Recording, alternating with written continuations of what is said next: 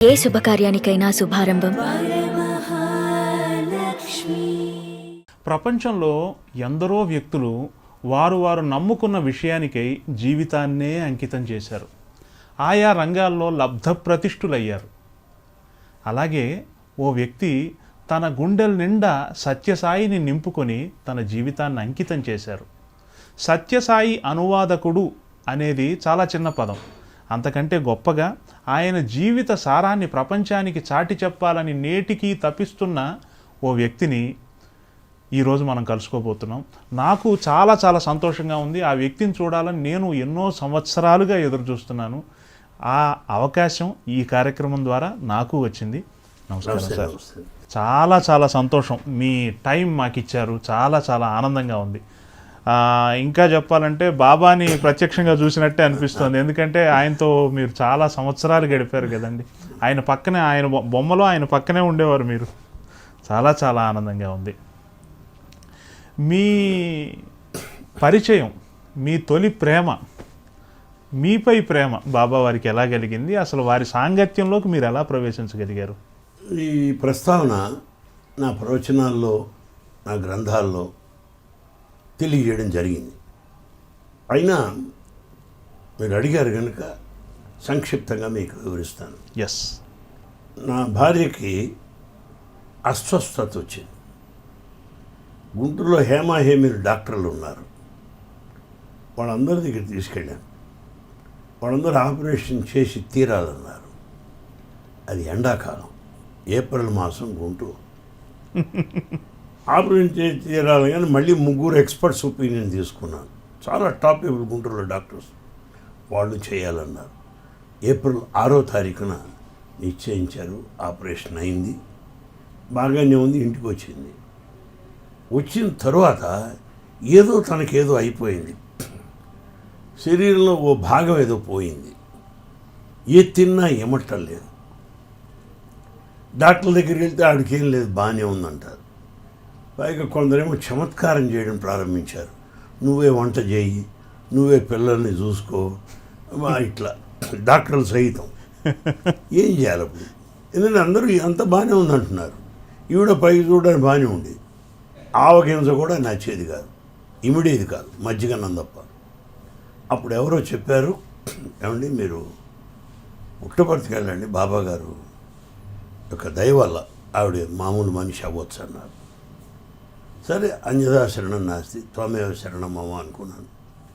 అది ఇంట్లో వాళ్ళందరూ కూడా వ్యతిరేకం ఎట్లా ఉన్నా ఆ ఎదురీతకి దానికి నిలిచి కుటుంబంతో సహా వెళ్ళాను. అయితే నాకేమాత్రం విశ్వాసం లేదు. పరమ స్వార్థంగా మాత్రమే వెళ్ళాను. ఆవిడ తిరిగి ఆరోగ్యం వస్తే చాలు అని. ఆవిడేమో సంప్రదాయ కుటుంబం నుంచి వచ్చింది కనుక పూజలు, పునస్కారాలు, వ్రతాలు, నోములు బాగా అలవాటు, మంచి భక్తితో వెళ్తూ ఉండేది. నేను మాత్రం లోపలికి ఎప్పుడు వెళ్ళేవాడిని కాదు. ఒకరోజు 2 రోజులు నేను వచ్చేయాలనగా ఈయన ఎలా ఉంటారో చూడాలనిపించింది నాకు. అప్పటి వరకు బయట కూర్చునేవాడు. అప్పటిదాకా బయటే పిల్లల్ని ఆడిస్తూ కూర్చునేవాడు. ఎప్పుడూ లోపలికి వెళ్ళాను. ఎలా ఉంటారో చూడాలనిపించి గోపురం దగ్గర నుంచున్నాను. చాలా దూరం అది. మందిరంలో స్వామి కూర్చున్నారు, నేను గోపురంలో కూర్చున్నాను. అంటే అట్ ఏ కంఫర్టబుల్ డిస్టెన్స్. అంటే నన్ను ఇక మార్చడానికి అవకాశం లేదు. నేను పూర్తిగా వ్యతిరేకంగా ఉంది మనసు అంతా. అందులో బ్లిడ్స్ సంపాదకులు కరంజీ అన్నీ చదివిన రోజులు అవన్నీ. నమ్మండి, బాబా గారు భజన హాల్ నుంచి ఇంత దూరం నడుచుకుంటూ నా దగ్గరికి వచ్చారు. పైకి కిందకి చూశారు. నా కాళ్ళు వణికాయి. నా దగ్గర ఎందుకు రావాలి, ఈయన వెళ్ళిపోతే బాగుండు అనుకున్నాను. పిల్లలు నా పక్కనే ఉన్నారు. అట్లా వెళ్ళిపోయారు. వెళ్ళిపోయేప్పుడు పూర్ణచంద్ర ఆడిటోరియం కన్స్ట్రక్షన్లో ఉన్నది. అలా వెళ్తున్న స్వామి చేతిలో ఒక పళ్ళెం వచ్చింది. ఎక్కడి నుంచి వచ్చిందో నాకు తెలియదు. అందులో లడ్డూలు ఉన్నాయి. అరే, కరంజీ వాళ్ళంతా అన్నమాట నిజం అయి ఉండొచ్చు. ఈ పళ్ళెం ఎక్కడిది, ఈ లడ్డూలు ఎక్కడి నుంచి వచ్చాయి అనుకున్నాను. ఆయన పిల్లలకి తల లడ్డు ఇస్తే ఏం పోయింది అన్న లడ్డూ చింతనతో వెళ్ళి తీసుకొని అక్కడికి వెళ్ళాను. నేను ఆఖరి లడ్డు ఆఖరి వర్కర్కి ఇచ్చారు, వెళ్ళిపోయినారు. మాకు లడ్డూలు లేవు. వెళ్ళి కూర్చున్నారు.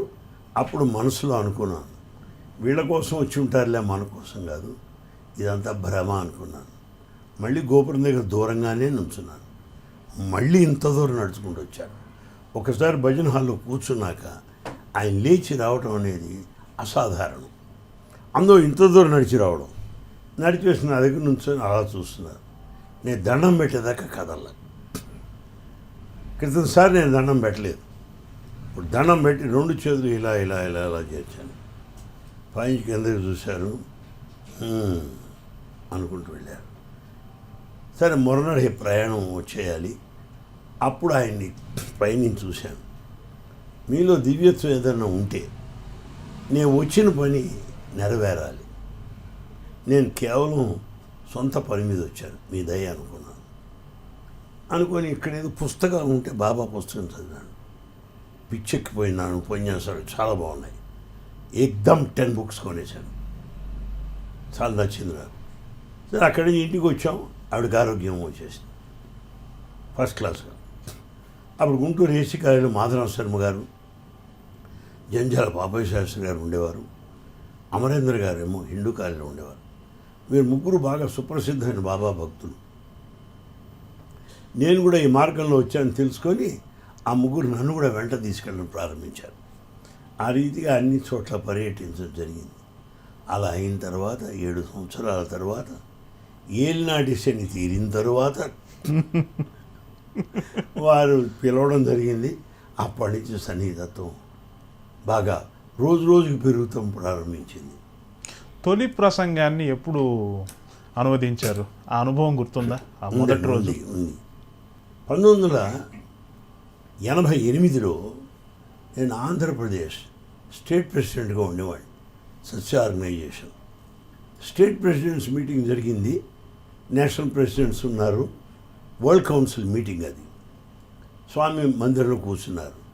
అటు చూసి ఎవరు ట్రాన్స్లేట్ చేసేది ఎవరు అన్నారు. ఎవరు మాట్లాడాలి, ఏమి నువ్వు చేస్తావా అన్నారు. మీ దయస్వామి అన్నారు.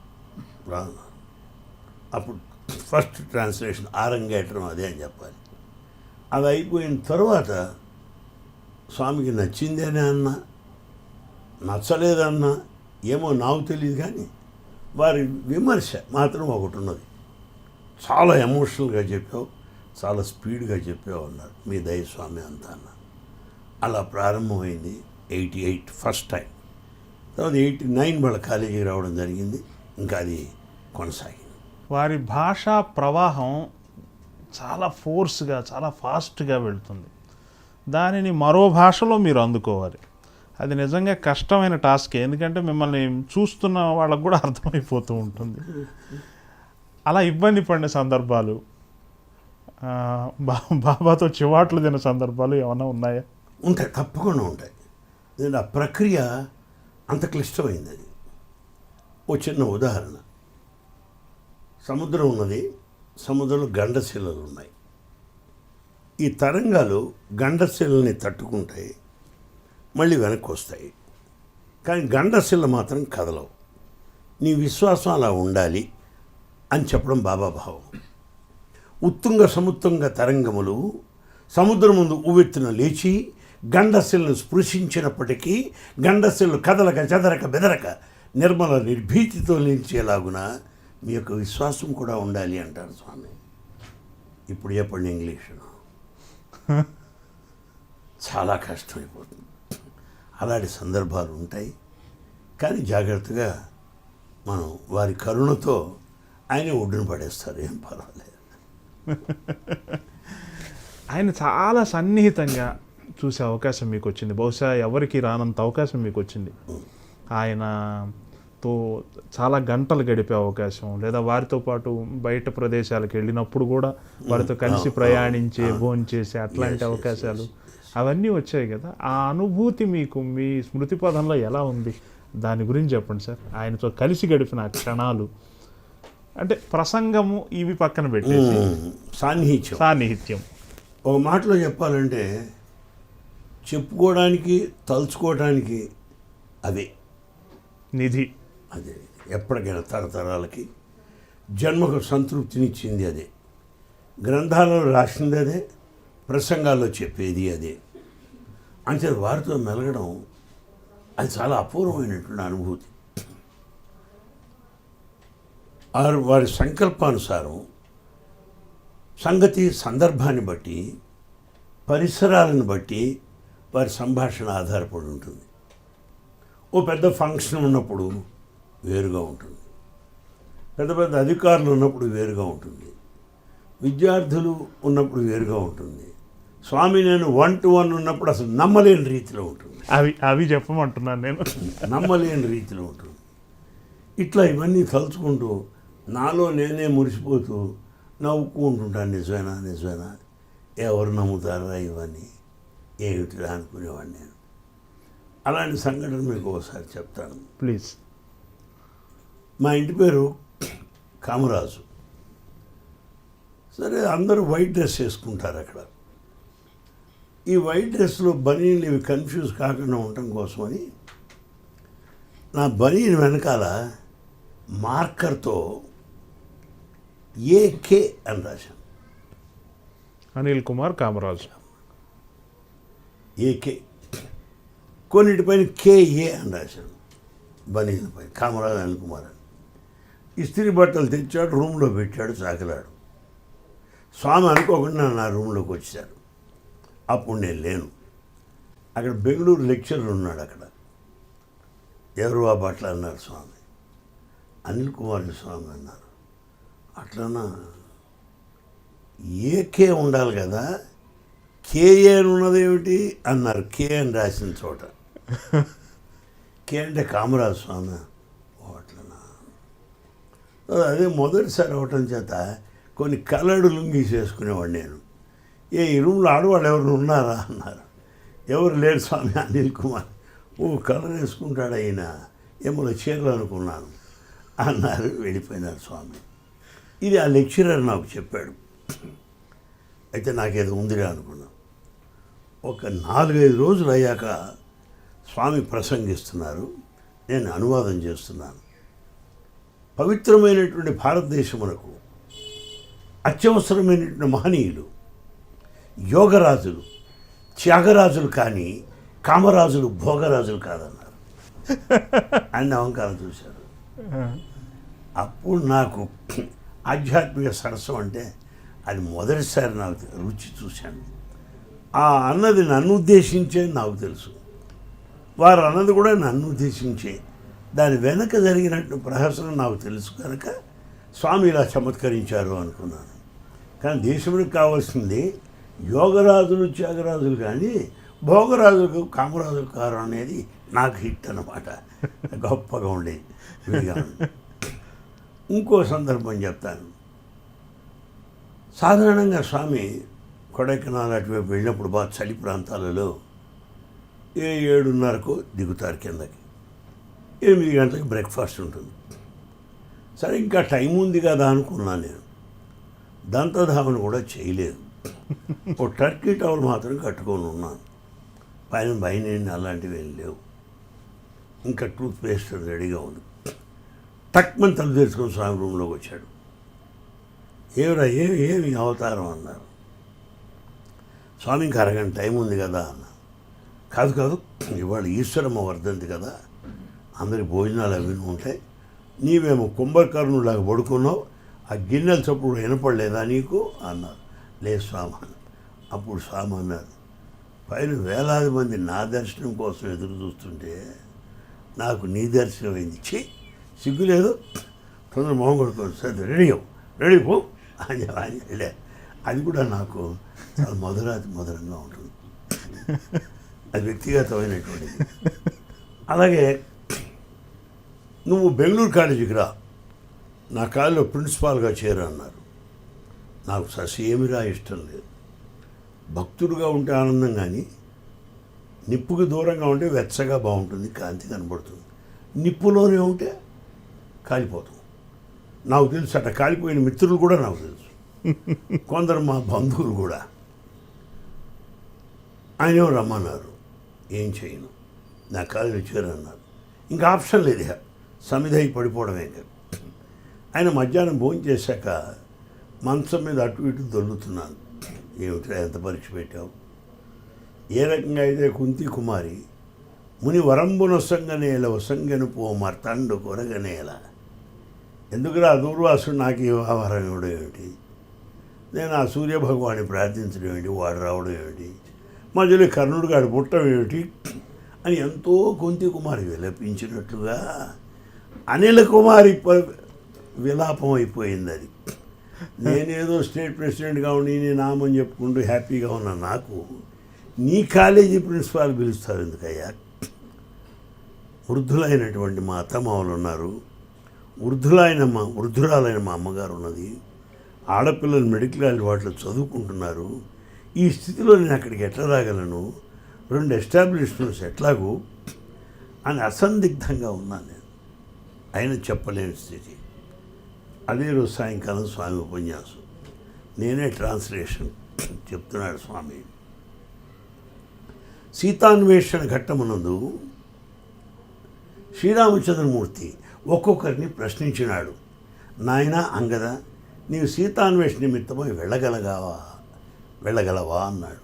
స్వామి, నేను కుర్రవాణ్ణి, అంత దూరం నేను ప్రయాణం చేయలేను అన్నాడు. బాగుంది. నాయన జాంబవాన్, నువ్వు వెళతావా? స్వామి, నేను ముసలివాణ్ణి అయిపోయాను, జవసత్వాలు ఉనిగిపోయినాయి, నేనే వెళ్ళగలను అన్నాడు. ఈ రకంగా నలుడు నీలుడు అందరినీ ప్రశ్నించాడు శ్రీరామచంద్రమూర్తి. చివరికి ఆంజనేయ స్వామి దగ్గరికి వచ్చాడు. నాయనా, నువ్వు వెళతావా? వెళ్తాను స్వామి అన్నాడు. ఎక్కడికి వెళ్తావు? సీతాన్వేష్ నిమిత్తమై. ఎక్కడున్నది ఆమె? లంకలో ఉన్నది. సంతోషం. లంకకి దారి నీకు తెలుసా? తెలీదు స్వామి. ఎట్లా వెళ్ళాలనో తెలుసా? సముద్రం దాటి వెళ్ళాలట స్వామి. ఈ సముద్రం 100 యోజనములు దాటి సముద్రం దాటి వెళ్ళాలంటే అందులో ఉన్న కష్ట నష్టములు నీకు తెలుసా? తెలియదు స్వామి. లంక ఎక్కడుందో తెలుసా? తెలియదు స్వామి. సీతాదేవిని ఎప్పుడైనా చూచావా? చూడలేదు స్వామి. తెలియని ప్రదేశానికి, చూడని మనిషిని, తెలియని మార్గంలో కష్టనిష్ఠురములు వరించి సముద్రంలో ప్రయాణించి సముద్రం ద్వారా ఆకాశం మార్గంలో వెళ్ళవలే. వెళ్తాను స్వామి అన్నాడు. అది ఎట్లా వెళ్తావా? నీకేం తెలియదు కదా, ఏం నువ్వు మాట్లాడేది అన్నాడు శ్రీరామచంద్రమూర్తి. అప్పుడు ఆంజనేయ స్వామి అంటున్నాడు, స్వామి అప్పుడు అంటున్నట్టు, స్వామి నువ్వు వెళ్ళమన్నావు అంటే దానికి కావాల్సిన శక్తి నీవే ఇస్తావు, దానికి కావాల్సిన తెలివితేటలు నీవే ఇస్తావు, దానికి కావాల్సిన మార్గాన్ని నువ్వే చూపిస్తావు, అమ్మని గుర్తించేటువంటి సామర్థ్యాన్ని కూడా నువ్వే ఇస్తావు. నువ్వు వెళ్ళమన్నటువంటి ఆజ్ఞలోనే సర్వశక్తులు సర్వజ్ఞానము ఇమిడి ఉన్నది అన్నాడు ఆంజనేయ స్వామి. అలాగే స్వామి ఏదన్నా చెప్పినప్పుడు, ఏదన్నా చేయమన్నప్పుడు దానికి కావలసిన శక్తి సామర్థ్యము స్వామి ఇస్తాడని భావించాలి. కానీ నేను చేస్తాను అనుకునేటువంటిది పొరపాటు అని ఒక చూపట్ట చూశారు. అది నాకు చెందిందనే నాకు తెలుసు. గట్టిగా చంపలేసుకొని ఇక్కడ రారా నేను చూసుకుంటాను అని అర్థం. అది 3వ వ్యక్తికి తెలుసు, నాకు స్వామికే తెలుసు. ఇలాంటివి చక్కని సన్నివేశాలు తలుచుకున్న కొద్దీ, చెప్పుకుంటున్న కొద్దీ, పదే చెప్పిన కొద్దీ నాకు విసుగు పుట్టదో, విన్న వాళ్ళకి విసుగు కలిగించదు. ఎందుకంటే రసరమ్యమైనటువంటి సన్నివేశాలు, చిరస్మరణీయమైన ఘట్టాలు. అవును. ఇలా మీతో ఇంటర్వ్యూ చేస్తుంటే ఏం అడగాలో కూడా మర్చిపోయేంత తన్మయత్వం నాకు కలుగుతుంది. ఒక సందర్భంలో మీరు చెప్పారు, బహుశా స్వామివారి చెన్నై పర్యటనలో అనుకుంటాను, మీరు ట్రాన్స్లేటర్గా ఉండగా మీ అమ్మగారికి ఏదో ఆరోగ్యం చెడిపోయిన సందర్భంలో అప్పుడు వారే మీకు విషయం చెప్పి, మీకు కూడా తెలియక ముందే వారే చెప్పి మిమ్మల్ని పంపించిన పద్ధతి గురించి చెప్తారు. అదొకసారి వీలైతే మాతో పంచుకోగలరా? స్వామి చెన్నై వెళ్ళారండి. ఆ చెన్నైలో అతిరుద్ర మహాయజ్ఞం స్వామి సన్నిధిలో జరిగింది. తమిళనాడు రాష్ట్రంలో ఏర్పాటు చేశారు. స్వామి నన్ను రమ్మనమంటే వారితో పాటు వెళ్ళాను. అక్కడ చేరినప్పటినీ రోజునే మా అమ్మగారు సత్యసాయి కిడ్నీ సెంటర్ ఉంది హిమాయత్ నగర్, హైదరాబాద్. అక్కడ అడ్మిట్ అయింది. హార్ట్ డిసీజ్ చాలా సీరియస్గా ఉంది. ఆవిడకి 91 years. నాకు పొద్దున్న సాయంత్రం ఫోన్లు వస్తూనే ఉన్నాయి, రమ్మని. నేను స్వామివారికి చెప్పలేదు. నన్ను రమ్మనమని వారు పిలిచారు. ఒక యజ్ఞం జరుగుతున్నది, వారి ప్రసంగాలు అనువదించవలసిన అవసరం ఉన్నది. దాని నిమిత్తమై నేను తీసుకెళ్ళినప్పుడు మా అమ్మకి బాగుండలేదు, బామ్మకి బాగుండలేదు, ఇలాంటివి చెప్పదలుచుకోలేదు. నేను నా మనసు ఒప్పుకోలేదు, చెప్పలేదు. అలా 4-5 రోజులు అలాగే రూమ్లో మా అక్కయ్య నుంచి మా తమ్ముడి నుంచి ఫోన్లు వస్తుండేవి. రూమ్లో ఏడ్చుకునేవాడిని, బయటికి బాగానే తిరుగుతూనే ఉండేవాడిని. ఒకరోజు సడన్గా ఆ బ్రేక్ఫాస్ట్ టేబుల్ దగ్గర అనిల్ కుమార్ ఇట్లా అన్నారు. ఏ స్వామి మీ అమ్మరా అని చెప్పి ఆయన కళ్ళనీళ్ళు పెట్టుకున్నాడు. కళ్ళనీళ్ళు ఆయన పెట్టుకుని చాలా సీరియస్గా ఉంది. వెళ్ళి అన్నారు. సరే స్వామి, ప్రసాదం ఇచ్చారు. మరి నేను మెడ్రాస్ నుంచి హైదరాబాద్ వెళ్ళటం ఎలాగా? ట్రైన్ రిజర్వేషన్ ఉంటుందా? ఎయిర్పోర్ట్ నుంచి ఏ ఆసుపత్రిలో ఉందో ఎట్లాగా? ఏ స్థాయిలో ఉంది? మెడ్రాస్ నుంచి హైదరాబాద్ చేరేది ఏమిటి? ఇవి నా ప్రశ్నలు. వారి దగ్గర సెలవు తీసుకొని ప్రసాదం తీసుకొని మెట్లు దిగి వచ్చాను. కరెక్ట్గా తమిళనాడు ప్రెసిడెంట్ కారులో ఉన్నాడు. అక్కడ నేను ఎయిర్పోర్ట్లో చేరుస్తాను రా అన్నాడు. నేరుగా ఎయిర్పోర్ట్లో దింపాడు. హైదరాబాద్ బేగంపేట్. అక్కడ దిగంగానే ఆంధ్రప్రదేశ్ స్టేట్ ప్రెసిడెంట్ వచ్చాడు. మీ అమ్మగారు హిమాయత్ హాస్పిటల్లో నేను తీసుకెళ్దాం రావా అన్నాడు. ఫ్లైట్ టికెట్స్ కంప్లీట్ స్వామి అరేంజ్ చేసేసాడు. ఆయన సంకల్పం అలా జరిగింది. నా ఎదురుగుండా ఎవరికి టికెట్లు తీయమని చెప్పినట్టు కానీ వాడిని రిసీవ్ చేసుకోమన్నట్టు కానీ ఏమి చెప్పలేదు. అన్ని perfect. I have not paid anything. అన్ని ఏర్పాటు జరిగిపోయినాయి. అక్కడ ఆసుపత్రి పరిస్థితి ఎలా ఉంది? డాక్టర్ సోలంకి అని ఉన్నారు, హార్ట్ స్పెషలిస్ట్. ఆయన మా అమ్మగారిని చూస్తూ, అమ్మ మీ వాళ్ళు ఎవరైనా ఉంటే పిలవండి, కాస్త మీకు సీరియస్గా ఉంది, మీరు చూడాలి. ఎవరు లేదా? ఏం పిలిచేది ఏంటి? మా వాళ్ళని పిలిచేది ఏంటి? Don't worry. రెండో అబ్బాయి ఏడు కనపడలేదే అన్నాడు. వాడు బాబా గారి దగ్గర ఉన్నాడు, ఆయన పంపిస్తే వస్తాడు. డాక్టర్ చెప్తున్నా విను, వాడు రాందే నేను పోను, సరేనా? వాడు వచ్చాకే నేను పోతా. ఆ నమ్మకం నాకున్నది. తర్వాత నువ్వు ఇచ్చే మందులు వేసుకోను, ఆహారం తీసుకోను. ఆహారం తీసుకోకుండా మందులు తీసుకోకుండా అట్లా భీష్మాచార్యులుగా అంబస్ అయిపోయిన పడుకుంది వెళ్ళాడు. ఆ డాక్టర్ సోలంకి పిలిచి, అయ్యా ఈవిడ నీకేమవుతుంది అన్నాడు. మా అమ్మగారు అన్న ఇట్లా అంటుందాయా? అందులో ఆవిడ old timer English, MA English, Queen Mary's college gold medalist. ఆవిడ ఇంగ్లీష్ అర్థం కావట్లేదండో అన్నాడు. మరి ఏమిటనుకున్నారు? ఆవిడ ఆ స్టాండర్డ్ అండి అన్న. To treat me without my consent it is a crime, you know that? You will be a criminal if you treat me against my wish అన్నదండి మీ అమ్మగారు. అంటుందండి సందేహం లేదు. చిన్నప్పటి నుంచి మాకు పడుతూనే ఉన్నాం కదా. తర్వాత నన్ను చూసింది, నాతో మాట్లాడింది. తర్వాత క్రమేణా ఆవిడ సెలవు తీసుకుంది. ఇది ఎందుకు చెప్తున్నా అంటే, హౌ స్వామి ప్లాన్స్. ఆయన ఎట్లా ఆయన వెళ్ళమన్నప్పుడు అన్ని ఏర్పాట్లు ఆయనే చూసేసుకున్నాడంతే. అది మీకు చెప్పదలుచుకున్నది. చాలా సంతోషం. ఓ చిలిపి ప్రశ్న. మన బాబా సంస్థల్లో అందరికీ ఓ యూనిఫామ్, ఓ ప్రోటోకాల్ ఉంటుంది, మీకు మాత్రం మినహాయింపు ఉంటుంది. బాబా వారి పక్కనే మీరు రాజదర్పంతో ఇలా ఉంటారు. బహుశా దీనికి బాబా వారి అనుమతి ఉండొచ్చు. ఆ సందర్భం చెప్తారా మాకు? బాబా గారి అనుమతి లేదే, పోనీ అనుమతి ఉన్నా లేకపోయినా, వైట్ డ్రెస్ కాకుండా ఇంకో కలర్ డ్రెస్ వేసుకోమని దమ్ములు ఉన్నారు వాడికి. మళ్ళీ ప్రచారం రాలేడు. నేను వేసుకోవడానికి ఒక చిన్న ప్రహసనం ఉన్నది. అది ఏమి, స్వామి ఢిల్లీకి తీసుకెళ్ళారు నన్ను. నేను ఢిల్లీ వెళ్ళాను. వెళ్ళినప్పుడు ఒక కొత్త కోటు కుట్టించుకున్నాను, ఓల్టిన్ రంగుది. అది కులవంతరాయ ఇంట్లో ఉన్నారు స్వామి. కులవంతరాయ అంటే అబ్బో, అది అంతఃపురం వాడి ఇల్లు. ఇక్కడి నుంచి అక్కడి దాకా అద్దాలు ఉంటాయి, పెద్ద పెద్ద బాత్రూములు, 2-3 ఇళ్ళు కలిసినంత బాత్రూములు. సరే నుంచున్నాను, ఈ క్లిప్ పట్టల్లా, కొత్తది కోటు, కొత్తది. ఇట్లా పెట్టుకుంటున్నాను. సడన్గా స్వామి వెనకాల నుంచున్నారు. ఏమయ్యా అలంకారం చేసుకుంటున్నావు, మెళ్ళో ఒక హారం కూడా వేసుకో, బాగుంటుందన్నారు. ఇది చమత్కారమా, విమర్శ, ప్రశంస, అభిశంసన నాకు అర్థం కాలేదు. సరే ఈలోపు కుర్రాడు వచ్చాడు, పెట్టాడు. 2-3 టాక్స్ చెప్పారు స్వామి, నేను ట్రాన్స్లేట్స్ అయినాయి. మధ్యాహ్నం భోజనం అయిపోయింది, పైకి వెళ్ళారు స్వామి. పైకి వెళ్ళాక బయటకు వస్తారు 2 o'clock. అప్పుడు పెద్దలంతా all India president, world president వాళ్ళంతా ఉంటారు. పైనుంచి అనిల్ అని పిలిచారు స్వామి. పిలిచారు కదా, టక్క వెళ్ళాను. ఎట్లున్నాయి నా ఉపన్యాసాలు అన్నారు. మీవి బాగుండకపోతే ఏం బాగుంటాయి స్వామి అన్నారు. అట్లా గ్యాస్ చెప్పద్దు, నీకు ఏది బాగుందో చెప్పన్నారు. నాకు గృహ సంబంధమైన ఏవి జ్ఞాపకం ఉండవు, సంసార సంబంధమైన ఏవి జ్ఞాపకం ఉండవు. స్వామి ఉపన్యాసాలు, పద్యాలు, సంఘటన చెప్పండి, అది మరిచిపోయే ప్రశ్నే లేదు. సరే వారు చెప్పన్నారు కానీ టక్క వారి స్పీచ్లో పాయింట్ చెప్తున్నాను. నీకు అంత నచ్చిందా, అంత బాగుందా అని మళ్ళీ స్వామి వ్యాఖ్యానించడం ప్రారంభించారు.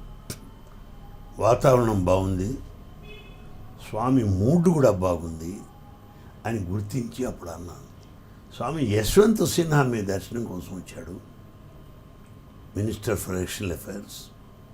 అవును, ఆ రోజుల్లో ICS ఆఫీసరు, టిప్ టాప్గా ఉంటాడు. అవును వచ్చాడు, నిజమే. స్వామి యశ్వంత్ సిన్హా వచ్చాడు, ఫైనాన్స్ మినిస్టర్. అవును, మన చక్రవర్తి బ్యాచే, వాళ్ళంతా టిప్ టాప్గా ఉంటారు. బాగుంది స్వామి. 5 ఏళ్ళు ప్రభుత్వంలో ఉండి దిగిపోయే వాళ్ళే అంత టిప్ టాప్గా ఉంటే దేవుడి పక్కన ఉన్నవాడు నేను ఎట్లా ఉండాలి స్వామి? నువ్వు ఎప్పుడు టిప్ టాప్గానే ఉండాలన్నారు. అని ఇదే తెచ్చావా, వారం రోజులు ఇది వేసుకుంటావా అని అడిగారు. లేదు స్వామి, సూట్ కేసు నిండా ఉన్నాయి, నీ పర్మిషన్ కోసం చూస్తున్నాను అన్నాను. అప్పటి నుంచి కలర్ డ్రెస్లు వేసుకుంటున్నాను, నన్ను ఆపేవాడు లేడు, ప్రశ్నించేవాడు లేడు. డివైన్ లైసెన్స్ నా దగ్గర ఉంది కనుక. చాలా బాగుంది. బాబా వారికి అన్ని భాషలు అర్థమవుతాయి, అన్ని భాషలు మాట్లాడతారు. మరి మీకు ఎప్పుడు అనిపించలేదా ఆంగ్ల ప్రసంగం నేనే ఎందుకు అనువదించాలని? అది కూడా అనిపించదండి. స్వామి బెంగళూరు దగ్గర తుమ్కూరుకి వెళ్ళారు. తుమ్కూరులో ఒక గ్రానైట్ ఫ్యాక్టరీ, మల్టీనేషనల్ కంపెనీ, దాన్ని ఇనాగ్రేట్ చేశారు. నన్ను కూడా తీసుకెళ్ళారు. అనూప్ జలోటా పాటకచ్చేరి, సెంట్రల్ గవర్నమెంట్ నుంచి అర్జున్ సింగ్ వాళ్ళు వచ్చారు, వాళ్ళంతా వచ్చారు. Top central ministers, international delegates కూడా వచ్చారు. ఇది అయిపోయిన తర్వాత హారతి తీసుకొని స్వామి మేనేజ్మెంట్ కమిటీ హాల్కి వెళ్ళారు. ఆ కమిటీ హాల్లో ఒకడు జపాన్ వాడు, ఒకడు జర్మనీ వాడు, ఒకడు ఫ్రాన్స్ వాడు అట్లా ఉన్నారు. నా కుర్చీ లేదు అక్కడ, అందుకని బయట నుంచి ఉన్నాను. రమ్మనందే లోపల రాకూడదు, కనపడపోతే నువ్వు ఎందుకు వచ్చినట్టు అంటారేమో, అది కనపడనట్టు అట్లా అంటున్నాను బయట గుమ్మం దగ్గర. ఇట్లా చూస్తే పారిపోవడానికి వీలుగా, ఇట్లా అంటే రమ్మంటానికి వీలుగా, ఇట్లా అంటున్నా. నమ్మండి, ఆయన ఒక్కొక్క దేశస్తుడితో ఆ భాషలో మాట్లాడుతున్నారు. ఇది విన్నాను. మెల్లిగా నడుచుకుంటూ వచ్చారు నా దగ్గరికి. ఏం చూస్తున్నావు నీవు అన్నారు. స్వామి, ఎన్ని భాషలు మాట్లాడుతున్నారే, ఇన్ని భాషలు మీకు తెలుస్తున్నాయన్నా, ఆశ్చర్యపోతున్నానన్నా. నాకు తెలుసాయ్యా, నాకు తెలుసా, నీకు తెలియాలిగా, అందుకే తెచ్చాను ఇక్కడికి అన్నాను.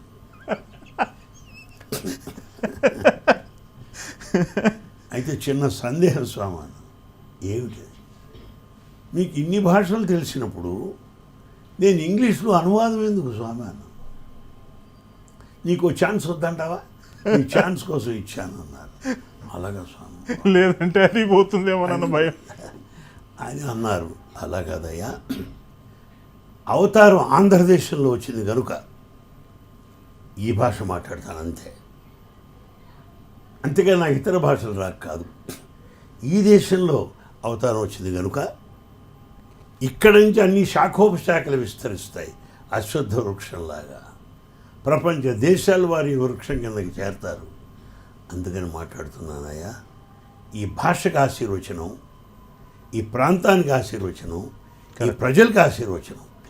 రాముడు కృష్ణుడు ఏ ఏ ప్రాంతాల్లో జన్మించారో, యేసుప్రభు ఏ ప్రాంతాల్లో జన్మించాడో, బుద్ధుడు ఎక్కడ జన్మించాడో, ఆయా ప్రాంతాల వారికి, ఆయా భాషల వారికి ఏ రకంగా ఆశీర్వచనాలు అంది జన్మలు పునీతమైనవో ఇక్కడ వారికి కూడా జన్మలు ధన్యం చేయడం కొరకు ఈ భాష మాట్లాడుతున్నాను అన్నారు. చాలా బాగుంది స్వామి, మంచిది అన్నారు. ఈ ఎన్ని సభల్లో నేను కోట్ చేశానో వారి సన్నిధిలోనే. అందుకని ఒక మాట అన్నారండి, ఇది నాదు మాతృదేశము, ఇది నాదు మాతృభాషయంచు, ఎదగొట్టి నుడువనేరని ఒక్క మనుజుండు కలడా, ఎదగొట్టి నుడువనేరని ఒక మనుజుండు కలడా, సత్యమైన మాట ఈ సాయి మాట. ఇది నా దేశం, మాతృదేశం, ఇది నా మాతృభాష అని గర్వంగా చెప్పుకొని వాడు ఎవడన్నా ఉంటాడాయా అని స్వామి లోగడ ఉపన్యాసం చెప్పారు. దానికి ఆదర్శంగా ఈ తెలుగు భాష మాట్లాడతారు స్వామి. వారితో చాలా సన్నిహితంగా ఉన్నారు మీరు, అది అందరికీ తెలిసిన విషయమే. అంటే మాబోటి వాళ్ళకి తెలియని ఒక విషయం ఏంటంటే బాబా దినచర్య ఎలా ఉంటుంది, మీకు అభ్యంతరం లేకపోతే బాబా దినచర్య ఎలా ఉంటుంది? నాకు ఏం అభ్యంతరం. వారు ఏమీ తినరు, చాలా తక్కువ పరిమాణంలో ఆహారం తీసుకుంటారు, ఇటువంటివన్నీ చెప్తారు. అంటే మీకు తెలిసినంతలో వారి దినచర్య, వారి గమనం ఎలా ఉండేదో చెప్తారా? అంటే ఒక భక్తుడిగానే తెలుసుకోవాలన్న దీంతోనే అడుగు. మీకు చమత్కారంగానే చెప్తాను. తప్పకుండా. ఒకసారి అందరు ఉన్నారు పిల్లలు, అక్కడి నుంచి కొడైకెనాల్ మేము వచ్చేయాలి. వీళ్ళంతా అయ్యో ఎప్పుడు వెళ్ళిపోతున్నామే అని బాధపడుతున్నారు పిల్లలు. వీళ్ళ మూడు బాగుండదు స్వామికి. అనుకున్నారాక చమత్కారంగా మాట్లాడన్నారు. స్వామి మీరు కొద్దిగా నాకు పర్మిషన్ ఇవ్వాలి, కాస్త ముందు అడిగేస్తానేమో, మీరు క్షమించాలి. నేనే మాట్లాడమన్నాక చెప్పన్నారు.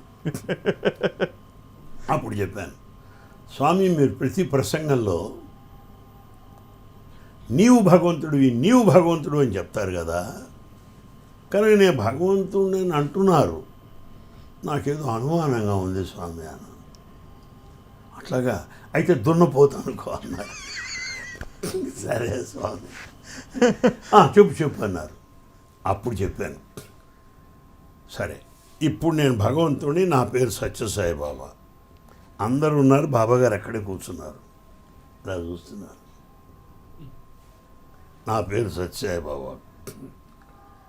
సత్యసాయి బాబా గారిని ఏం చేయాలి? తెల్లారుజామున 3:30కి లేవాలి. నా జన్మలో సాధ్యం కాదు.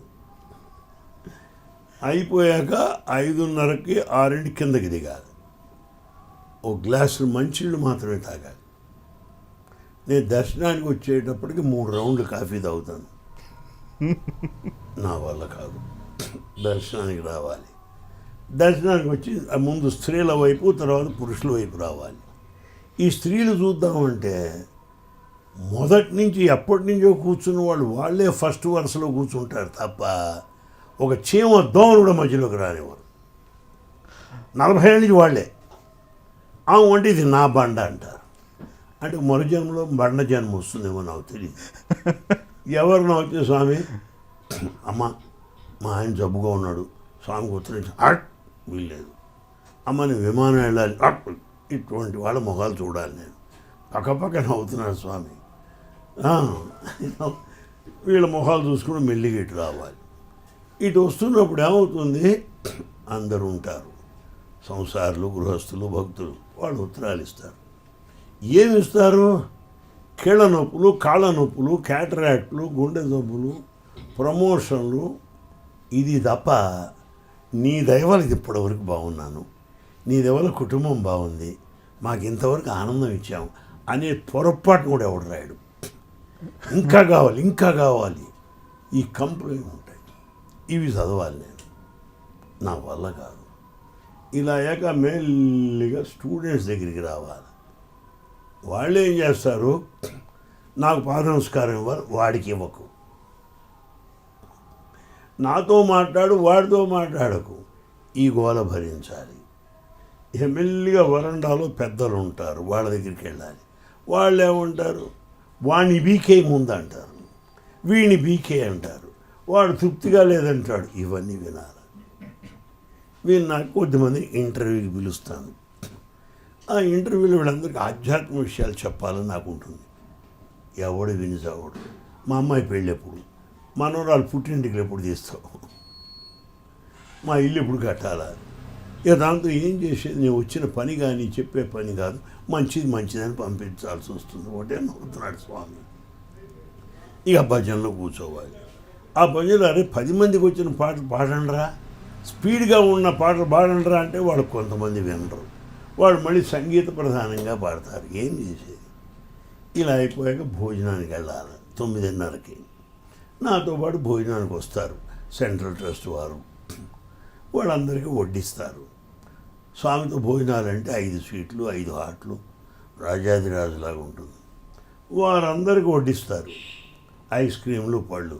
సాయిబాబాగా నేను ఇంత రాగి సంకట తినాలి, నా వల్ల కాదు. ముఖ్యంగా అందరు తింటున్నప్పుడు నేను రాగి మూత తినటం నా వల్ల కాదు, చూస్తూ నేను ఉండలేను. అది నా సొమ్ము నేను పెట్టింది, వాళ్ళు తింటున్నారు, నేను ఎట్టా అంటే ఒకటే నవ్వుతున్నాడు.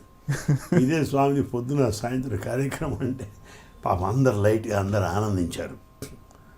ఒక సందర్భంలో అన్నాను, స్వామి మేము ఇవన్నీ తింటున్నాం, ఆ పెరుగు గడ్డ పెరుగు బ్రహ్మాండంగా ఉంది, మా సైడ్ తెనాలి పెరుగు ఎలాగే ఉంటుంది, అట్లాగా బాగుందా, ఇంకా చేసిరా బాగుంది అన్నాడు. ఇంకా సేవాడికి అన్నా. అప్పుడు అడిగి ఒక సందేహం, స్వామి చెప్పు మీరేం తినరే, మీరేమో చెంచాలు తింటారు, మేము కంచాలు తింటాం, ఏమిటది, మాకే సిగ్గుగా ఉంది స్వామి. అప్పుడు అన్నారు, నీకు ఆహారం తింటే శక్తి వస్తుంది, నేనే శక్తి, ఆహారం తింటే శక్తి నాకెందుకు, నేనే శక్తి, నాకు శక్తి రాక్కర్లే ఆహారం నుంచి.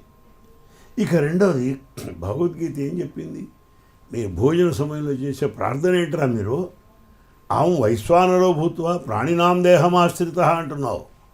అందరి దేహాలలో వైశ్వానరుడు రూపంలో ఉండి తినేది నేనే, జీర్ణం చేసుకునేది నేనే, శక్తిగా మార్చేది నేనే, ప్రాణినాం దేహమాశ్రిత.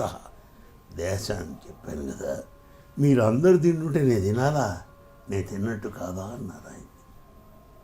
ఇలాంటి రెవల్యూషన్స్ అవతార ప్రకటనలో జన్మాంతరం జ్ఞాపకం ఉంచుకోవాల్సినవి నాకు గ్రహించడం, వారి యొక్క ఆశీస్ కరుణ ప్రభావం కలిగినాయని నా విశ్వాసం.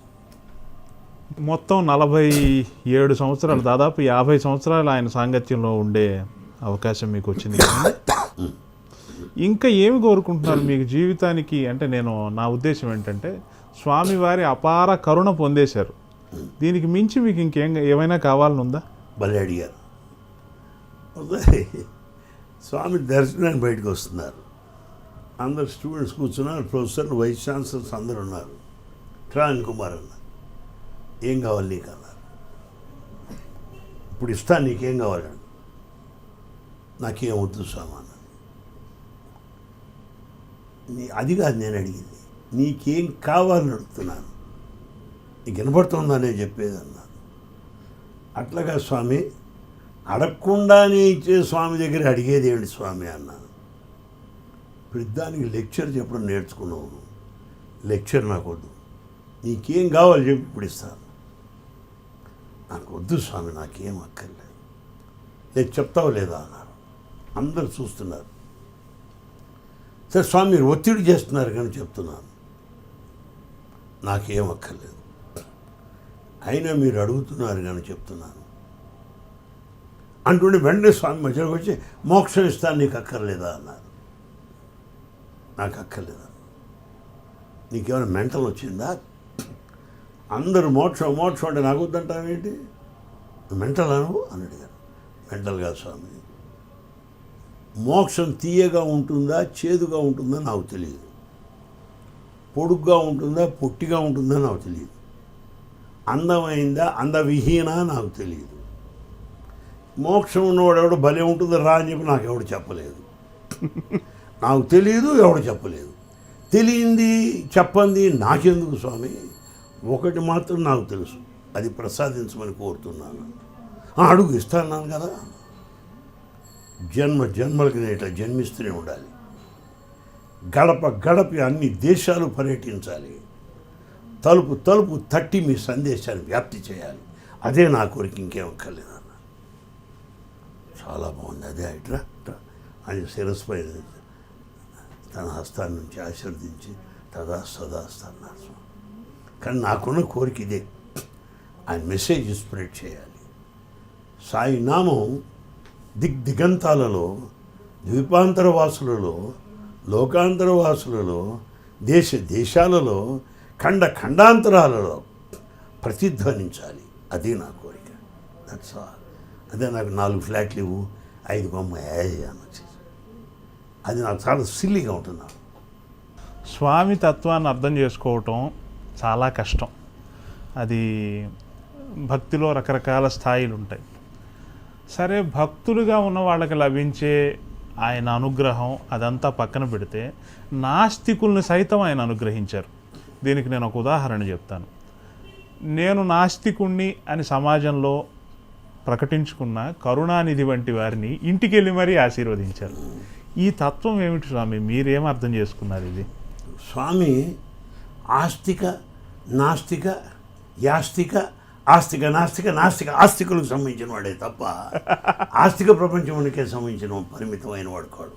ఓకే, వీటికి అతీతమైనటువంటి వాడు కనుక ఆయనకి ఆస్తికుడు నాస్తికుడు అనే భావం ఉండదు. ఆయన హృదయం ఎలాంటిది, ఆయన నమ్మిందేది. మీరు అన్నారు కనుక అనుబంధంగా ఒక విషయం చెప్తాను. మాట్లాడుతూ స్వామి రష్యాలో నాస్తికులు ఉన్నారంటారు కదా అన్నాను. కమ్యూనిస్ట్ దేశం కదా అని. చాలా పొరపాటు పడ్డావు, వాళ్ళు చాలా గొప్ప భక్తులు అన్నారు. రష్యాలో కమ్యూనిస్టులు భక్తులని మొదటిసారి వింటున్నాను స్వామి నేను. ఏమిటి అలా అంటున్నారు అన్నాను. వారు సత్యాన్ని నమ్ముతారు, ఆ సత్యాన్ని మీరు రాముడు అంటున్నారు. వారు ప్రేమని నమ్ముతారు, మీరు కృష్ణుడు అంటున్నారు. విలువల ప్రకారం వాళ్ళు జీవిస్తున్నారు, నామ రూపాత్మకంగా మనం భజిస్తున్నాం. అందరూ ఆస్తికులే, నాస్తికులు లేరు బొమ్మన్నాడు ఆయన. అందువల్ల ఆస్తిక నాస్తికులు అనేది ఆయనకు ఉండనే ఉండదు. ఎందుకంటే ఒకే కాయిన్కి 2 సర్ఫేసెస్, ఇటు ఆస్తికమో ఇటు నాస్తికము. కోరికలు నెరవేరితే ఆస్తికులు, నెరవేరకపోతే నాస్తికులు. వాడే సాయంత్రానికి. కనుక ఆస్తిక నాస్తికులు మన మనో చాంచల్యము, మన మనో నిశ్చయము, మన మనోభావము తప్ప అస్థి ఉన్నవాడు, నాస్తి లేకపోవడం. కానీ భగవంతుడు అస్థి తప్ప నాస్తి కాదు. కానీ ఈ రెండింటికి అతీతంగా ఉంటాడు ఆయన. అందుకని ఎవరినైనా ఉంటారు. కరుణానిధికి వెళ్తే కరుణానిధిలో ఏ పటం ఉండదు, బాబా గారి ఫోటో ఉంటుంది పెద్దది. ఆయన అడిగి తెప్పించుకున్నాడు ఆ ఫోటో. స్వామి వాళ్ళ ఇంటికి వెళ్ళారు, పాద నమస్కారం ఇచ్చారు, ఆశీర్వదించారు, వస్తున్నారు. నాకు ఫోటో కావాలి స్వామి అన్నారు. అది ఇంటికి పంపించారు. అలాగే జానకి రామచంద్రన్ మెడ్రాస్ మెడికల్ కాలేజ్, ఆవిడ స్వామిని గేట్ దగ్గరే రిసీవ్ చేసుకుంది. కానీ ఈ కమ్యూనిస్టులు ఇదంతా ఒక రాజకీయ సంబంధమైనటువంటి వ్యవహారమే తప్ప ప్రతివాడు ఆస్తికుడే నాస్తికుడు లేడు. కొంతమంది బాబా వారిని బాగా వ్యతిరేకించేవారు, ఆయన బోధనల మీద పలు విమర్శలు చేసేవాడు. కరంజీ అలాంటి వాళ్ళు, లేదా శ్రీలంకన్ హేతువాది అబ్రహాం కోవూర్ లాంటి వాళ్ళు. అవును అవును. అవి వాళ్ళంతా బాబా వారిని బాగా సభలు అవి పెట్టి విమర్శిస్తూ ఉండేవారు కదా. బాబా వారు వారి పట్ల ఎలా స్పందించేవారండి? అంటే ఇంటర్నల్గా వాళ్ళ విధానాన్ని బాబా వారు ఎలా చెప్పేవారు? నిజానికి ద్వేషించేవాడు ఎక్కువసార్లు తలుచుకుంటాడు ప్రేమించేవాడి కంటే. విమర్శిస్తూ ద్వేషిస్తూ ఆయన ఎక్కువ చింతించారు వాళ్ళు. ఓకే. కరంజియాలో తర్వాత కాలం చాలా మార్పు వచ్చింది. మొదట్లో గాడ్ ఆర్ ఫ్రాడ్ అని రాశాడు. తర్వాత ఏమన్నాడు? గాడ్ ఈజ్ ఇండియన్ అన్నాడు. బాబా ద చార్లటన్ అన్నాడు అప్పుడు. తర్వాత ఏమన్నాడు?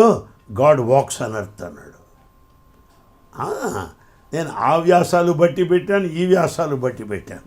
అందులో ఆ ఇంగ్లీష్ చాలా సొగసుగా ఉంటుంది అయింది. నాకు ఇంగ్లీష్ అంటే చాలా ఇష్టం.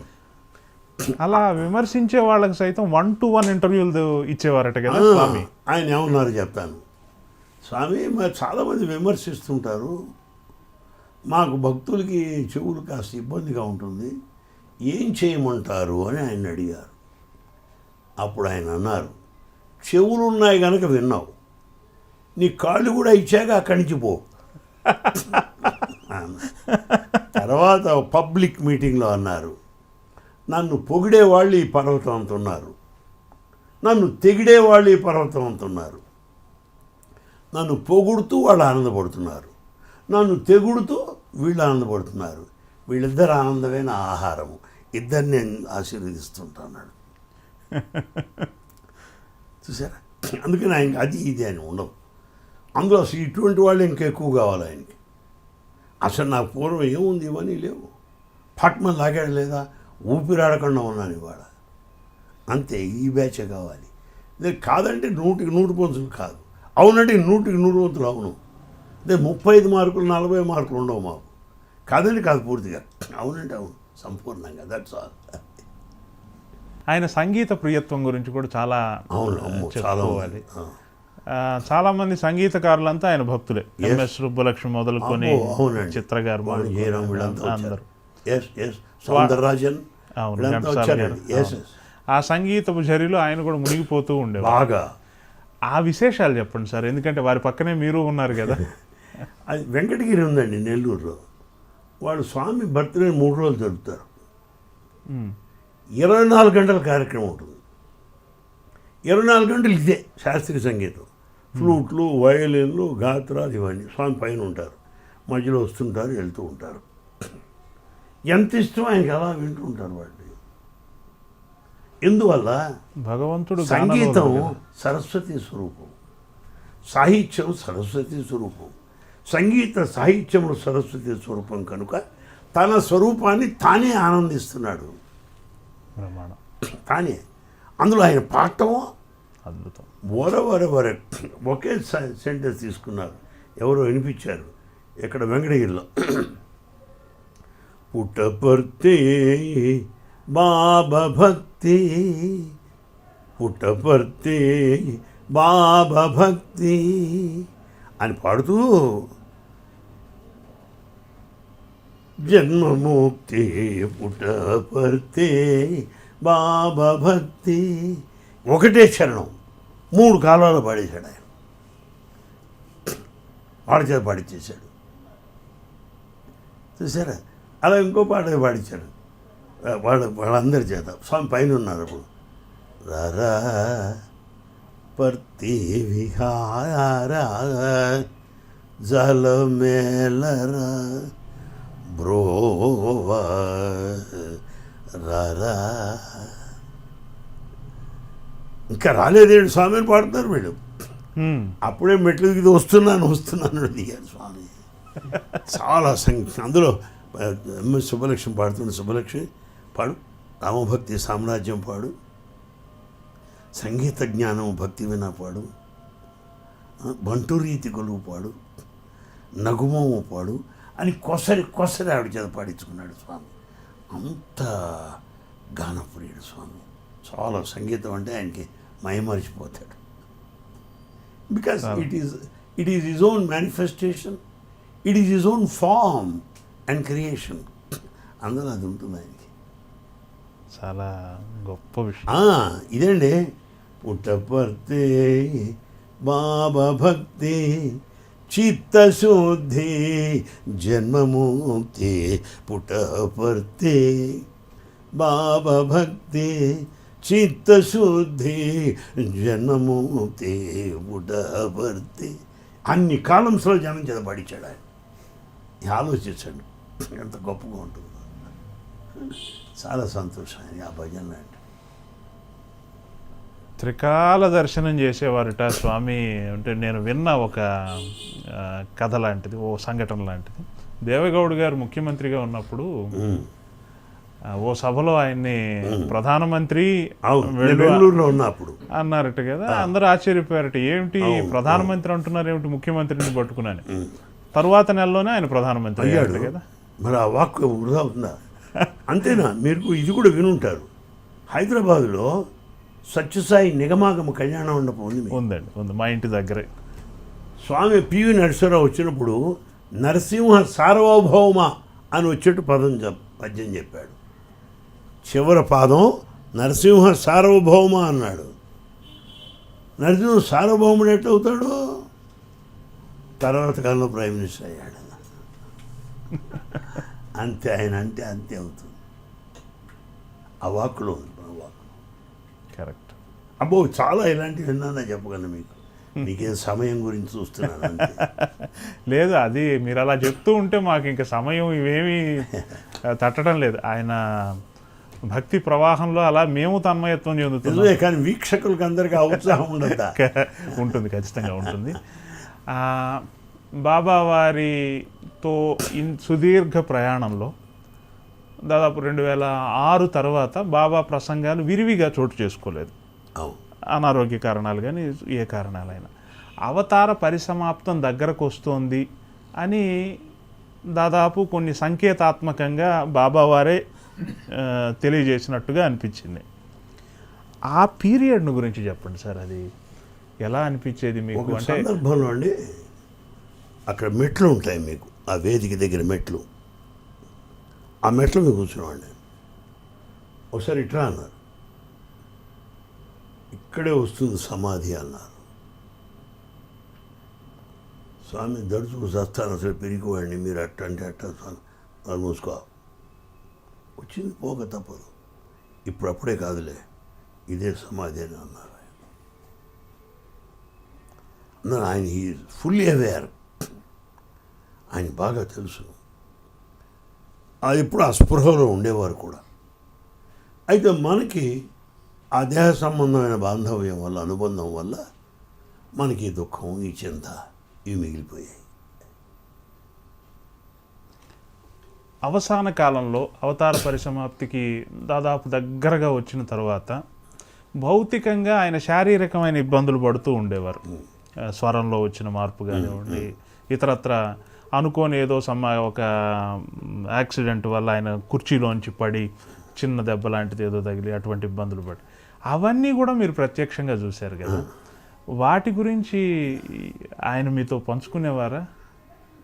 మనం అవగాహన చేసుకోవడమే. ఎందుకంటే ఆయన్ని వచ్చి ఇదేమిటి అని అడిగేటువంటి ధైర్యాలు నరమానవుడికి ఉండవని అనుకుంటున్నాను.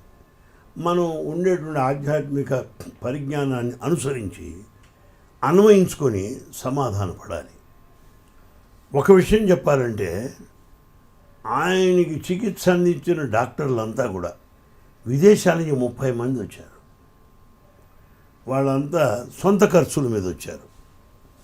వాళ్ళు ఏం భావించారు? బాబాకి చికిత్స చేశామని భావించలే, నీ దర్శనానికి ఏదో అవకాశం కల్పించావయ్యా అన్నారు. నిన్ను ముట్టుకోవడానికి నాకు ఒక చక్కని అవకాశం, ఆశీర్వచనం అందించావు, నీ సాన్నిధ్య ఆశీర్వచనం నాకు అందించావు. అదొక ప్రివిలేజ్గా, ఒక బ్లెస్సింగ్గా భావించారు. ఆయన్ని ట్రీట్ చేసినట్టు ఎవడు భావించలే ఎవరు. ఇక రెండవది, నా ఉద్దేశంలో, నా స్వానుభవం ప్రకారం చెప్తున్నాను, ఆయన పాదసేవ చాలాసార్లు చేశాను. ఎట్లా ఉండదంటే, ఆ కాళ్ళు దూది కంటే శుతి మెత్తరంగా ఉంటాయి, గులాబీ రేకుల కంటే మెత్తగా ఉంటాయి, వెన్న కంటే మెత్తగా ఉంటాయి. అటువంటి పాదాలు ఆయన. ఆ శరీరం అంతా, ఆయన మాటలు చెప్పాలంటే 7 మల్లె పూల తూకం ఆయన శరీరం. ఆ మాట ఆయన ఎందుకు అనాల్సి వచ్చింది? ఓసారి గుంటూరు వాడిని కదా, ఆ హుషారు కొద్దీ బాగా మెసేజ్ చేసేసాను. సాయంత్రాలు పెట్టి పుండు పడిపోయిందిరా, కిందకి దిగలేకపోయాను అన్నాడు స్వామి. అసలు క్షమించండి స్వామి అంటే, అలాగలే ఆపేయండి, ఆపకపోయావా, నువ్వు మాటలు చెబుతున్నావు, నేను సందళ్ళు పడిపోయాను, నువ్వేం బాధపడకన్నారు. అంటే దేహం తనది కాదు అని నాకు తెలియజేశారు అక్కడ.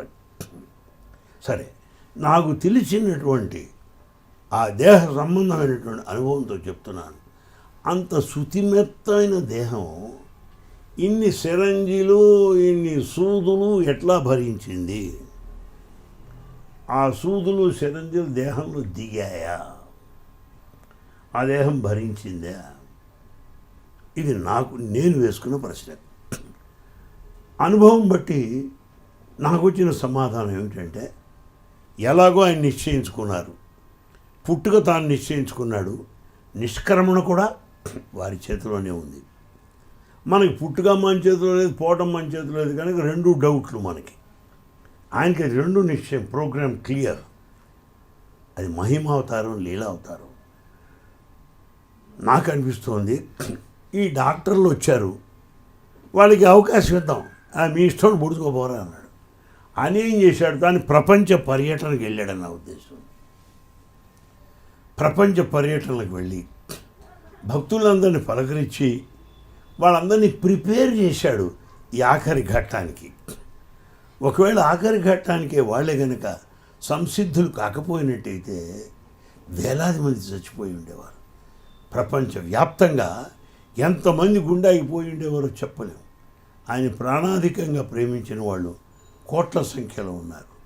బహుశా అందరినీ కూడా ఈ మహావినిష్క్రమణకు సంసిద్ధం చేయడం కొరకు వరల్డ్ టూర్ వెళ్ళి బాడీ మీ ఇష్టం చేసుకొని పోడరా అన్నాడేమో నా ఉద్దేశం. లేకపోతే ఆ బాడీ భరించలేదు ఆ పెయిన్ని, నాకు తెలిసినటువంటి పరిచయం ప్రకారం. నిష్క్రమణ సమయంలో, మహావినిష్క్రమణ సమయంలో కూడా మీరు పక్కనే ఉన్నారు. పక్కలేనండి, పక్కన ఇన్ ద సెన్స్ పుట్టపర్తి ప్రాంతాల్లో, ఈ ప్రాంతాల్లో. ఆ వార్తను ఎలా జీర్ణం చేసుకున్నారు? చాలా కష్టమైపోయిందండి. ఆ వార్త జీర్ణం చేసుకోలేకనే పెద్దలు నాకు చెప్పారు ఆ చెప్పమని. ఆ ప్రకటన నన్ను చేయమని పెద్దలు ఆదేశించారు. చాలా కష్టమైనటువంటిది. అంటే పంపమన్న రాముడు బాగానే ఉన్నాడు, వెళ్ళవలసిన సీత కూడా సంసిద్ధురాలై ఉండక తప్పదు. వార్త చెప్పవలసింది లక్ష్మణుడు, గిలగిల తన్నుకొని ఉంటాడు ఆయన. ఆ పరిస్థితిలో ఉన్నాను నేను. నాకే కష్టంగా ఉంది, అది నేను చెప్పక తప్పదు. వాడు కైగా రాసి కాగితం మీద ఏం చెప్పాలో కూడా రాసి పంపించారు. చెప్పాను, గద్గదగా సరంతో చెప్పాను. చెప్పగానే ఓ ఓ ఏడుపులు, కేకలు హాల్లో వినపడ్డాయి. తర్వాత ఎవరి తగ్గట్టుగా వాళ్ళు ఆ దుఃఖాన్ని వెలిపుచ్చుకున్నారు. మీ వ్యక్తిగత అనుభవం ప్రకారం భౌతికంగా మాత్రమే ఆయన అందుబాటులో లేరు. వారి మహాభినిష్క్రమణం తరువాత వారిని ఎలా అనుభూతి చెందుతున్నారు మీరు? నేనండి ప్రసంగం చేస్తున్నప్పుడు, వారి భజనలు వింటున్నప్పుడు, వారి గురించి రాస్తున్నప్పుడు, పర్యటనలలో దేశ విదేశాలలో భక్తుల్ని కలుసుకొని వాళ్ళ యొక్క భక్తుల యొక్క భక్తి తరంగాలు నన్ను సోకినప్పుడు, అట్టి అయస్కాంత తరంగాలు నన్ను స్పృశించినప్పుడు బాబానే నేను అనుభవిస్తానండి. నేను అనుకోని పాయింట్స్ వస్తాయి మాట్లాడుతున్నప్పుడు, అనుకోని థాట్స్ వస్తాయి రాస్తున్నప్పుడు, అనుకోని ప్రదేశాల్లో ఎంతో స్పందన వస్తుంది.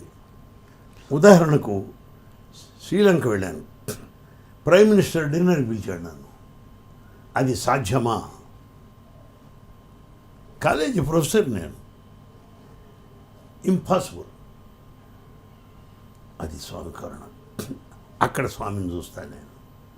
మలేషియా వెళ్ళాను, ఎక్స్టర్నల్ అఫైర్స్ మినిస్టర్ బ్రేక్ఫాస్ట్ పిలిచాడు. కొలంబియా వెళ్ళాను, had snack with the governor of Colombia. స్వామి ఢిల్లీకి వచ్చినప్పుడు ఈ వాజ్పేయి అద్వాని అడిగేవారు, అనిల్ కుమార్జీ స్వామి ఎక్కడున్నారు అని. ఎప్పుడు వస్తారని అడిగేవారు. ఎవరిని నేను ఆఫ్టర్ ఆల్, ఏ పార్టీ? అబ్దుల్ కలాం గారు వచ్చాడు ఇక్కడికి, వచ్చి స్వామితో అనిల్ కుమార్ పని ట్రాన్స్లేట్ చేస్తాడు స్వామి అంటున్నాడు ఆయనతో. నేను బాబు ఆగండి సార్, నన్ను బాగన్నాను. నేను మళ్ళీ స్పీచ్లో వెళ్ళి పెడితే చచ్చిపోతాను నేను. చాలు సార్. అందులో ఇవన్నీ ఎక్కడి నుంచి వచ్చాయి?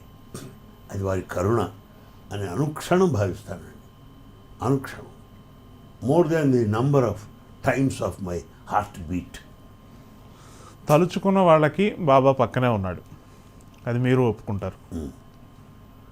బాబా భౌతికమైన అవైలబిలిటీ ఇక్కడ లేనప్పుడు, అంటే ప్రపంచానికి తెలియటం కోసమే అడుగుతున్నాను సార్, ఇది అపరిపక్వంగా ఉన్నా సరే అడగాలి, నేను చెప్పాలి.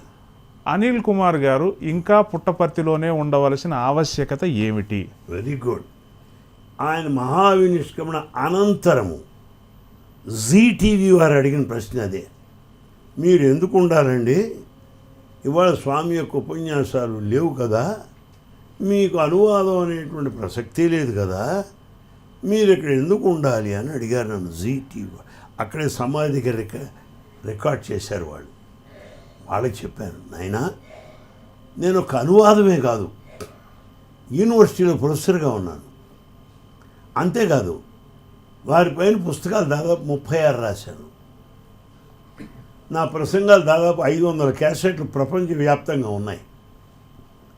తర్వాత అన్ని రాష్ట్రాల వాళ్ళు ఇక్కడికి వస్తారు, అన్ని దేశాల వాళ్ళు వస్తారు. ఆ గ్రూప్స్తో సంభాషిస్తూ ఉంటాను. వచ్చిన భక్తులు మీరు ఎట్లున్నారు, బాగున్నారు, మీ ఊరు ఎలా ఉంది అని పరామర్శిస్తాను. అందులో నా బాధ్యత స్వామి నిష్క్రమణ తరువాత పెరిగిందని నా విశ్వాసం. లేకపోతే ఎవడు పలకరించే దిక్కు లేకపోతే ఇది రైల్వే ప్లాట్ఫారమా, ఎయిర్పోర్టా? నాయన ఎట్లా ఉన్నావు, మీ ఊళ్ళో ఎట్లా ఉన్నాయి, భజనలు బాగున్నాయి, ఆ ప్రేమానుబంధం అక్కర్లేదా? అది నా నెత్తిన నేను స్వయంగా వేసుకొని నిర్వహిస్తున్న బాధ్యత, ధర్మము, కర్తవ్యం. బ్రహ్మాండం. అది నా ఉద్దేశం. బ్రహ్మాండం. జనానికి తెలియటం కోసమే అడిగారు. ఇంకొకటి, ఒక వ్యవస్థగా ఉన్నప్పుడు, ఒక సంఘముగా ఏర్పడినప్పుడు ఏవో చిన్న స్పర్ధలు వస్తాయి, నేను ముందు అనే పోరాటం. అవునండి. కొండొకచో అటువంటి స్పర్ధలు బాబా భక్త మండళ్లలో కూడా ఉన్నాయి అంటారు. అయ్యో, అది అంటే సైనిక కట్టుబాటుతో బాబా నడిపిన వీరందరినీ ఇలా తుచ్చమైన ఈ స్థానాల కోసం పోటీ అనేది ఎంతవరకు సబబు? దాన్ని మీరు ఎలా విశ్లేషిస్తారు? నాకు అసలు ఇలాంటి ప్రశ్నలే కావాలి. సార్ చాలా సంతోషంగా ఉంది నాకు. సార్ ఆయన ఏమన్నా అనుకుంటాడు అని కాకుండా నిర్భీతిగా అడగాలి. నాకు తెలిసి చెప్తాను, తప్పకుండా. లేకపోతే నాకు తెలియదు నాయన అని చెప్తాను, అంతే. తప్పకుండా. ఓ చిన్న ఉదాహరణ స్వామి మాటల్లోనే. బెంగళూరు మీకు తెలుసు, ఎండాకాలం నేలంతా డ్రైగా ఉంటుంది, చాలా డ్రైగా ఉంటుంది. కొన్ని చినుకులు పడంగానే మర్నాడు గడ్డి మొలవడం ప్రారంభిస్తుంది. కనుక వాతావరణ ప్రభావం వల్ల లోపలున్న విత్తనాలు బయటికి రాలే, వర్షం రాగానే అనుకూలించి బయటకు వచ్చాయి. కనుక ఈ మానవులలో, భక్తులలో, ప్రజలలో, నిర్వాహకులలో, యంత్రాంగంలో నిండి నిక్షిప్తమై గుప్తంగా ఉన్న అహంకారాలు వారి సన్నిధిలో తొక్కివేయబడ్డాయి, అణిచివేయబడ్డాయి. ఎప్పుడైతే ఆ సన్నిధి కాస్త భౌతికంగా తొలగిందో అవి విజృంభించడం ప్రారంభించాయి. అంటే వాళ్ళలో ఆ గుణాలు ఉన్నాయి, ఇవాళ బయటకు వచ్చాయి, వారి ప్రభావం వల్ల బయటికి రాలా. ఇది స్వామి చెప్పిన సమాధానం. స్వామి మీ దగ్గర ఇట్లా ఉంటారు, బయట అట్లా ఉంటారు ఏమిటి అని అడిగితే చెప్పారు ఆయన. వాడు అలాగే ఉండాలనుకున్నాడు, ఇక్కడ నా వల్ల అట్లా ఉన్నాడాయా, లేకపోతే ఏంటంటావు అన్నారు. ఇక స్పర్ధలు ఇవంటారా, ఇవన్నీ కూడా అహంకారంగా సంబంధించింది. ఐడెంటిటీ క్రైసిస్, నన్ను గుర్తించాలి అనేది ఒకటి ఉంది. నేను ఆధిపత్యం వహించాలి, నేను అధికుణ్ణి అనేటువంటిది. ఇదంతా వారి యొక్క ఆధ్యాత్మిక తత్వం తెలియనటువంటి వారి కొట్టేటువంటి ప్రకంపనలు, వారికి పట్టినటువంటి జాడ్యం నా ఉద్దేశం. ఆధ్యాత్మిక తత్వం తెలిస్తే అంత ఈశ్వర సర్వభూతముల యందు స్వామి ఉన్నాడు అనుకున్నప్పుడు ఎవడికెవడు ఎక్కువ? ఆ స్వామి చాకలవాడితో ఒకేలాగా మాట్లాడుతున్నాడు, ప్రెసిడెంట్ ఆఫ్ ఇండియాతో ఒకలా మాడుతున్నాడు, పిల్లాడితో ఒకలాగా మాడుతున్నాడు, ప్రైమ్ మినిస్టర్ నేపాల్తో ఒకలాగా మాడుతున్నాడు. ఏమి నేర్చుకున్నట్టు ఆయన దగ్గర నీవు? సర్వుల్ని ప్రేమించే స్వామి ఎక్కడ? నేను నా బ్యాచి నా మంద అనుకున్న ఈ గొర్రె జన్మ ఏమిటి? సర్వుల్ని ప్రేమించేటువంటి వాడు ఆయన. వాడు వీడికి పిల్లవాడిని ఎట పలకరిస్తాడో ప్రధానమంత్రిని కూడా అలాగే పలకరిస్తాడు ఆయన. ఏమి వ్యత్యాసం ఉండదు. కానీ స్వామి నిజమైన స్వామి భక్తుడైతే సమప్రేమను కలిగి ఉండాలి. సమప్రేమ. నిజమైన స్వామి భక్తుడైతే నిస్వార్థపరుడై ఉండాలి. స్వామి చెన్నైకి వాటర్ ఇచ్చాడు, సడన్గా చెప్పేశారంతే. నేనే అక్కడ ఉన్నాను, ఎవ్వడికి తెలియదు.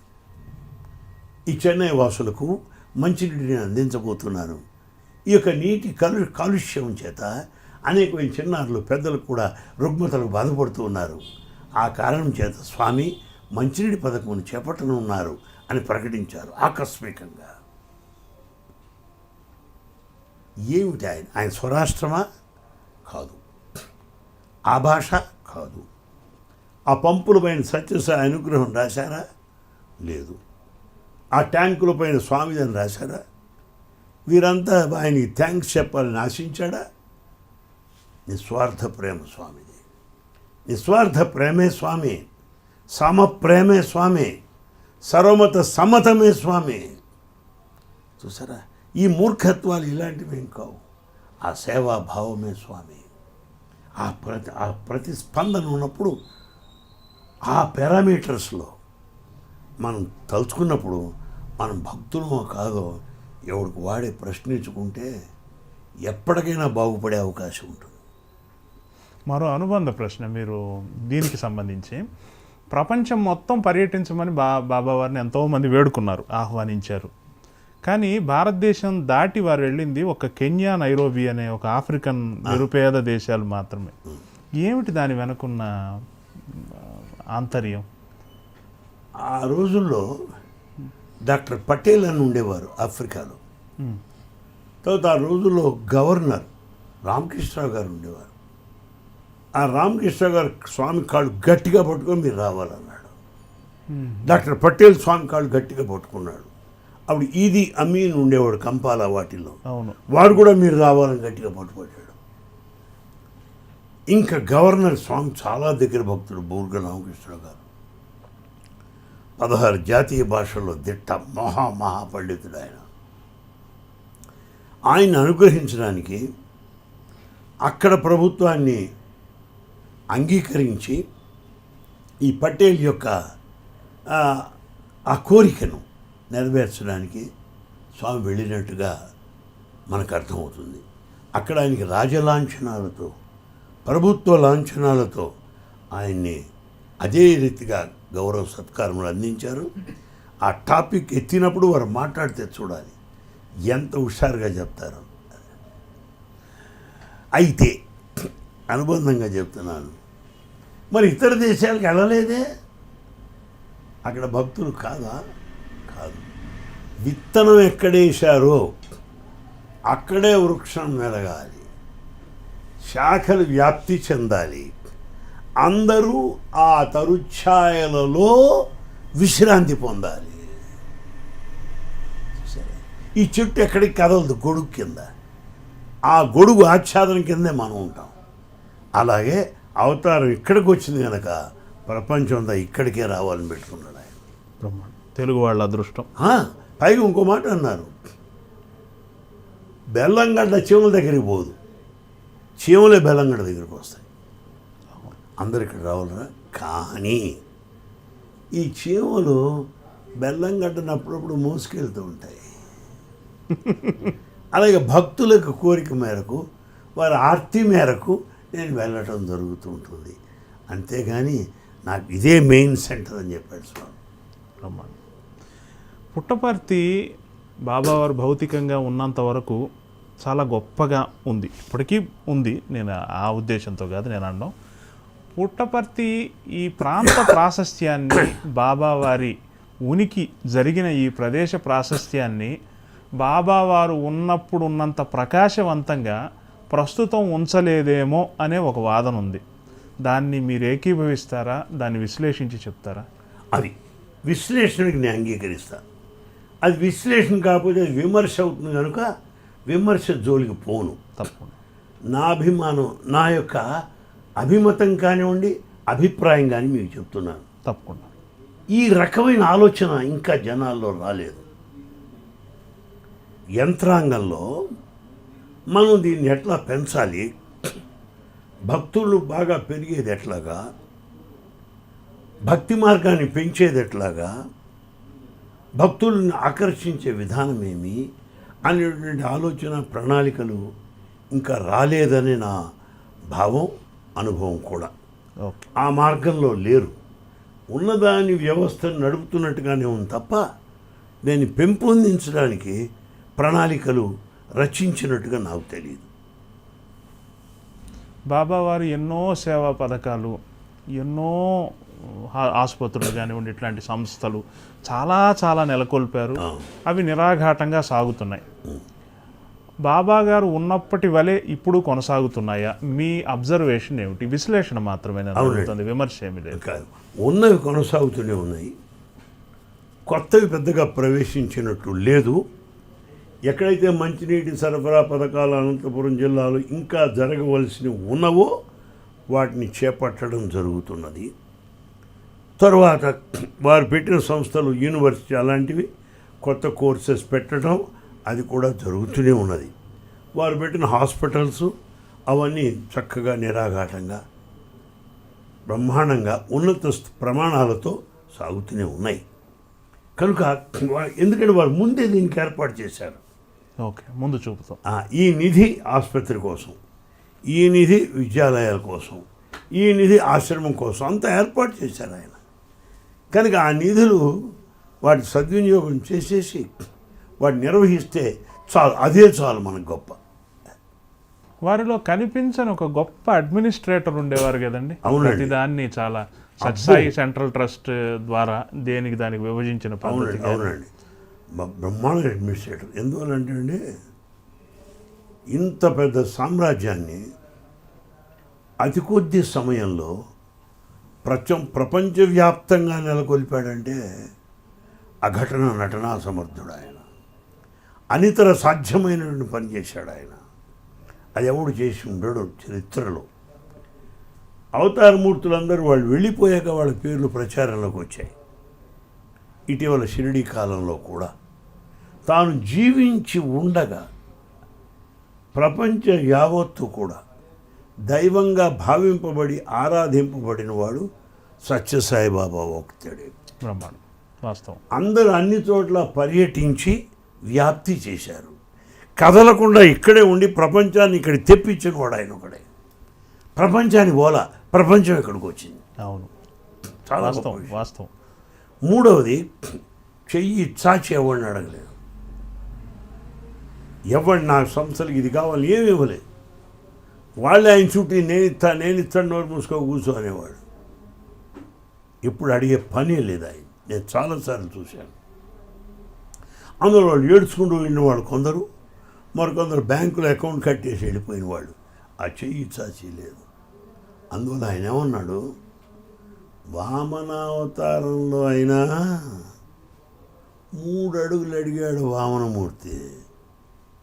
అవునండి, మీ జ్ఞాపకం ఉందా? ఈ త్రివిక్రమావతారం ఉందే, చెయ్యి చాచడం క్వశ్చన్ బొమ్మలాడందే. అలా సాగింది ఆయన. ఒక సందర్భంలో నేను విన్నది, ఇది వాస్తవమో కాదో నాకు తెలియదు, ఒక పర్టికులర్ పథకాన్ని చేయడం కోసం బాబా బ్యాంకు నుంచి రుణం తీసుకుని మరీ చేశారంట. అప్పు చేసి దానం చేసేవాళ్ళు ఉంటారంట. అదేమిటి ఆ విశేషం? నేను ఉన్నానండి అప్పుడు. అక్కడ ఏమైంది, ఒక రోజున అమ్మ అయిపోయింది తీరిపోయింది అన్నాడు స్వామి. ఏడు స్వామి ఏమిటి అయిపోయింది తీరిపోయింది అన్న. శెట్టి అని ఉండేవారు, కెనరా బ్యాంక్ నేషనల్ చైర్మన్ ఆయన. శెట్టి వచ్చాడు, ఇందాక చూసావా అన్నాడు. చూశాను స్వామి. వాళ్ళ దగ్గర మనం కోట్లు తీసుకున్నాం, 300-400 కోట్లు తీసుకున్నాం, అదంతా తీర్చేసాం అయ్యా, ఇవాళ అయిపోయింది అన్నాడు. అలాగా ఉపన్యాసంలో ఒకసారి చెప్పారు, నేను అన్నది జరిగి తీరాలి, పేద ప్రజలకు మంచినీళ్ళు అందిస్తానని చెప్పాను. దీనికి నిధులు తక్కువైనట్లయితే ప్రశాంతిని కూడా తాకట్టు పెట్టి నేను చేసేస్తాను.